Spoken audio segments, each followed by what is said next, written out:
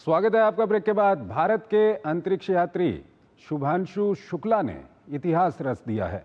वो नासा के Kennedy space centre से एक्सियोम 4 मिशन के जरिए अंतरिक्ष में पहुंचे। शुभांशु के साथ पोलैंड, हंगरी समेत 3 अन्य देशों के एस्ट्रोनॉट भी हैं।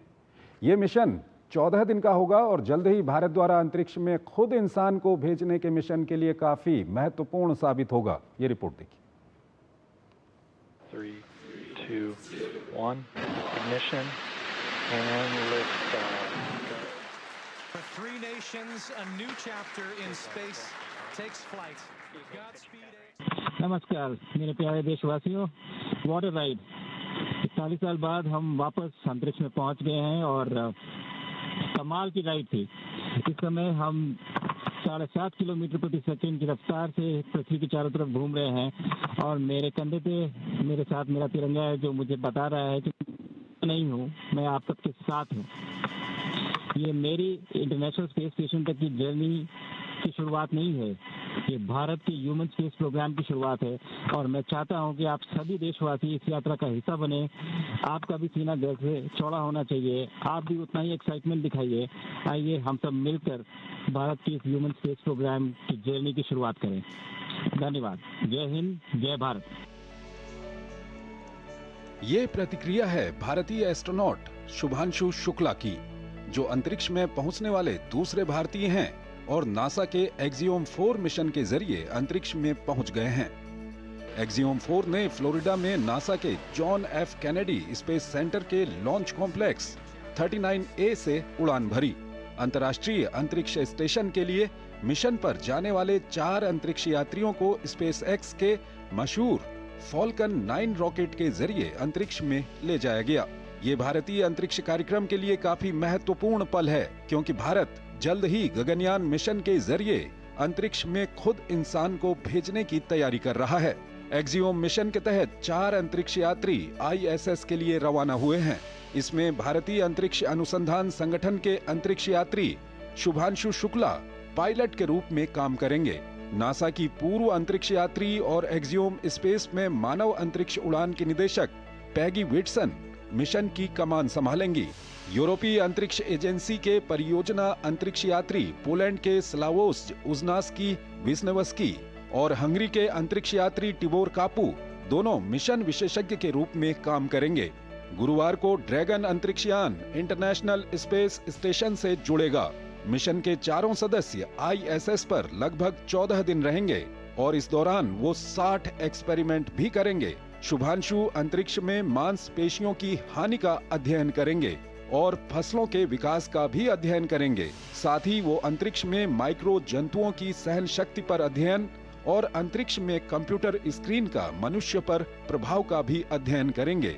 इसके साथ ही शुभांशु माइक्रोएल्गी और साइनोबैक्टीरिया पर अध्ययन भी करेंगे। राष्ट्रपति द्रौपदी मुर्मू और प्रधानमंत्री नरेंद्र मोदी ने भी मिशन की सफलता की कामना की।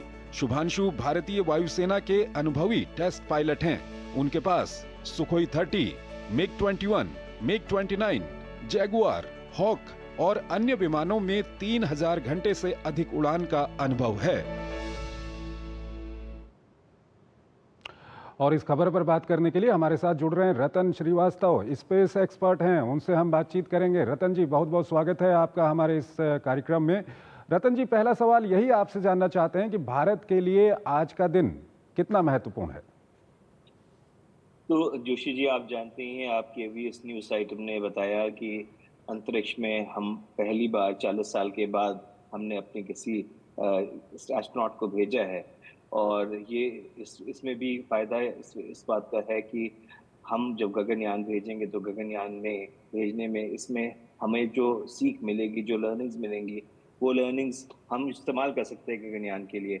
क्योंकि इसमें जो पायलट हैं वो शुभांशु जी हैं और हमें गगनयान में भी एक पायलट और बाकी 2 एस्ट्रोनॉट्स की ज़रूरत पड़ेगी, गगननॉट्स की ज़रूरत पड़ेगी।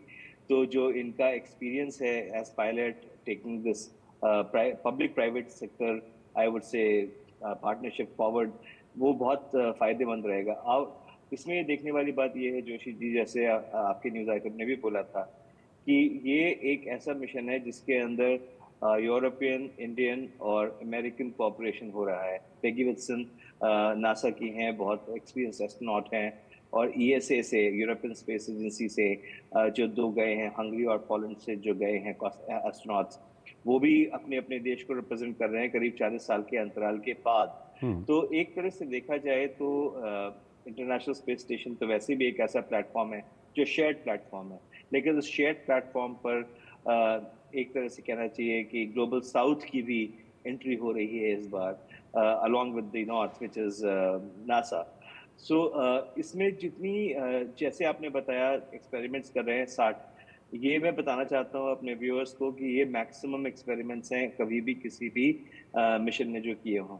60 एक्सपेरिमेंट्स हैं जिसके अंदर 7 एक्सपेरिमेंट्स हमारे हिंदुस्तान के हैं, और हिंदुस्तान के 7 एक्सपेरिमेंट्स में जो बायोमेडिसिन के एक्सपेरिमेंट्स के बारे में आपने बताया, जो ग्रुप कैप्टन शुभांशु शुक्ला जी करेंगे, इसके अलावा हम स्पेस में मेथी उगाने का और मूंग की दाल उगाने का भी एक्सपेरिमेंट करेंगे, जो कि हम सोचने में लगता है ऐसा हम क्यों कर रहे हैं, मगर अगर हम आगे देखें आज से 20, 30, 40 साल के बाद अगर हमें एक सस्टेनेबल स्पेस स्टेशन बनाना है, तो हर बार तो ऐसा नहीं हो सकता कि आप यहाँ से कुछ लेकर के जाओ, वहां पर हम क्या उगा सकते हैं, क्या नहीं उगा सकते। ठीक इसी है तरह के कुछ सर, एक्सपेरिमेंट्स चाइना सर ने भी रतन जी, अब से करीब 24 घंटे के अंदर में जो शुभांशु हैं वो इंटरनेशनल स्पेस स्टेशन के अंदर चले जाएंगे, और जैसा कि आप बता रहे हैं कि जो शुभांशु हैं वहाँ पर कई तरह के एक्सपेरिमेंट करेंगे। ये एक्सपेरिमेंट कितने महत्वपूर्ण रहेंगे गगनयान के लिए, जो भारत जल्द ही अपना मिशन शुरू करने वाला है, जिसमें भारत खुद के रॉकेट के जरिए अपने अंतरिक्ष यात्रियों को अंतरिक्ष में भेजेगा?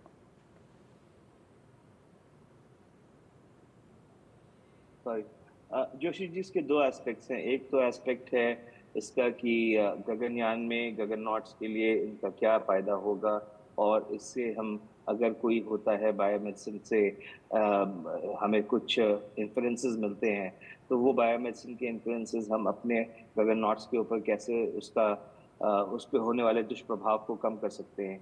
ये तो एक बात है।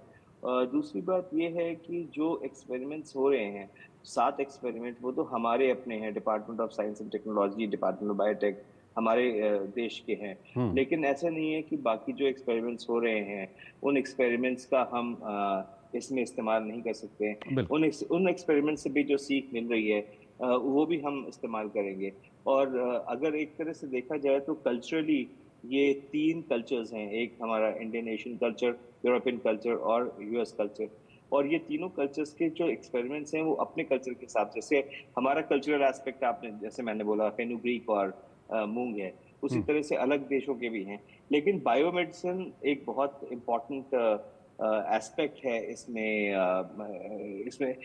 होने वाले एक्सपेरिमेंट्स का, और बायोमेडिसिन के बारे में जितना हम कहें उतना ही कम है, क्योंकि हम अभी तक नहीं जानते हैं कि क्या क्या वहाँ पर हमारे मसल्स के ऊपर इम्पैक्ट होता है, हमारे स्केलेटल सिस्टम के ऊपर इम्पैक्ट होता है, हमारी आइज के ऊपर क्या इम्पैक्ट होता है, और अगर ये लॉन्ग टर्म रहते हैं तो लॉन्ग टर्म सस्टेन, जैसे मैंने पहले ही बोला कि अगर हम लॉन्ग टर्म रहेंगे तो लॉन्ग टर्म सस्टेनेबिलिटी के लिए हमको इसके बारे में जानना जरूरी है, ताकि हम उसको इनकॉर्पोरेट कर सके, उसके अंदर कैसे उसको अवॉइड करें या मिटिगेट कर सके। मिटिगेट तो कर ही सके, अगर अवॉइड ना कर सके तो। ठीक है, बहुत बहुत शुक्रिया रतन जी हमारे इस कार्यक्रम में जुड़ने के लिए और अपने